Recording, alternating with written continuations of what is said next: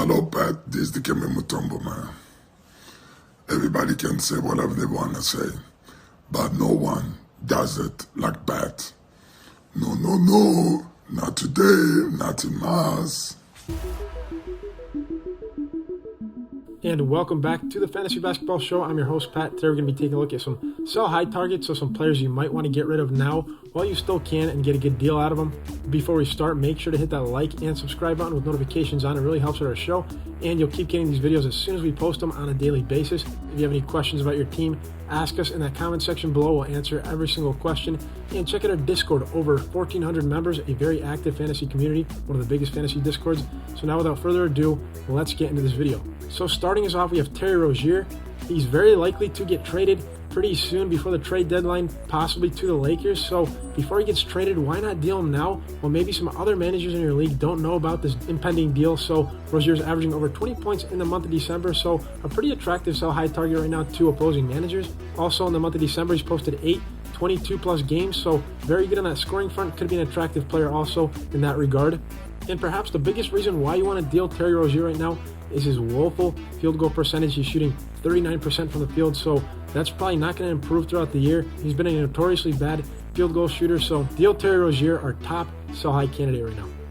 And then on to Kentavious Caldwell-Pope. So in the last 4 games, he's now posted 8 steals total. He's shooting 47% from the field and 81% from the free throw line. So Kentavious Caldwell-Pope, an excellent player on that defensive front, can shoot a couple threes a game too. Averaging around 11 points per game, 3 rebounds, 2 assists, and only 1 turnover. So very good right now. A top 80 player or so, usually hovers around that mark. You can deal him right now because who knows what's going to happen in the future. As he was shooting 53% from the three-point arc in the month of October.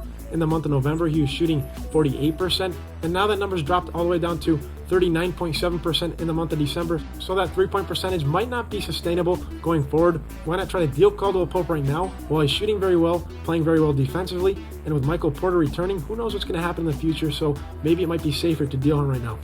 Then we move to Paolo Banchero. So he was shooting 48% from the field in the month of November. That fell all the way down to 42% in the month of December. His points per game went from 22 points a game in November all the way down to 19 points in the month of December. His minutes also dropped from 36 to 33. So Banchero looks like he's declining right now. He might have hit that rookie wall. It's unknown whether he's going to rebound from that, but why not sell him right now while he's shooting that woeful percentage? You might be able to get some good value for him, especially with all the hype surrounding him right now as one of the top rookies lately in the past decade. So try to deal Banchero if you can. You might be able to get a little bit of an advantage in a deal, so that might be worth it for you.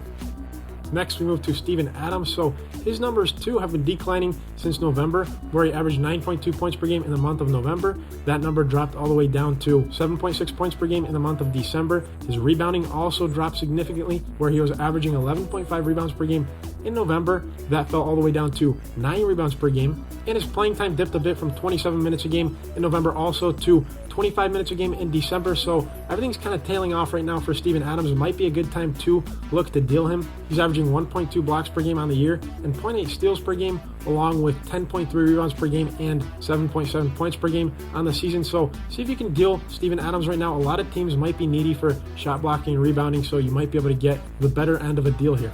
And then to Draymond Green. So in the last 6 years, he hasn't played more than 66 games. In the last 4 years, he only played more than 46 games twice. So Draymond Green might be somebody to maybe deal right now while expecting possible load management towards the springtime, which could also be, the playoff months for fantasy basketball. So see if you can deal him because you don't know what's going to happen. He's already been rested a lot on back-to-backs along with other Golden State starters. So Draymond's coming off 33 total rebounds and 23 total assists in his last 3 games. So pretty good numbers, might be appealing right now and enticing for other managers to look to deal for him. So you might be able to get a pretty good deal considering he does a lot as a jack of all trades defensively with those blocks and steals, and also in the essential rebounding and assist categories. So make a deal, see what happens. What do you have to lose?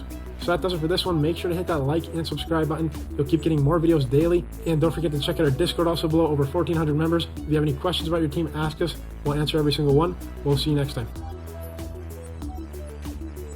Not in Mars.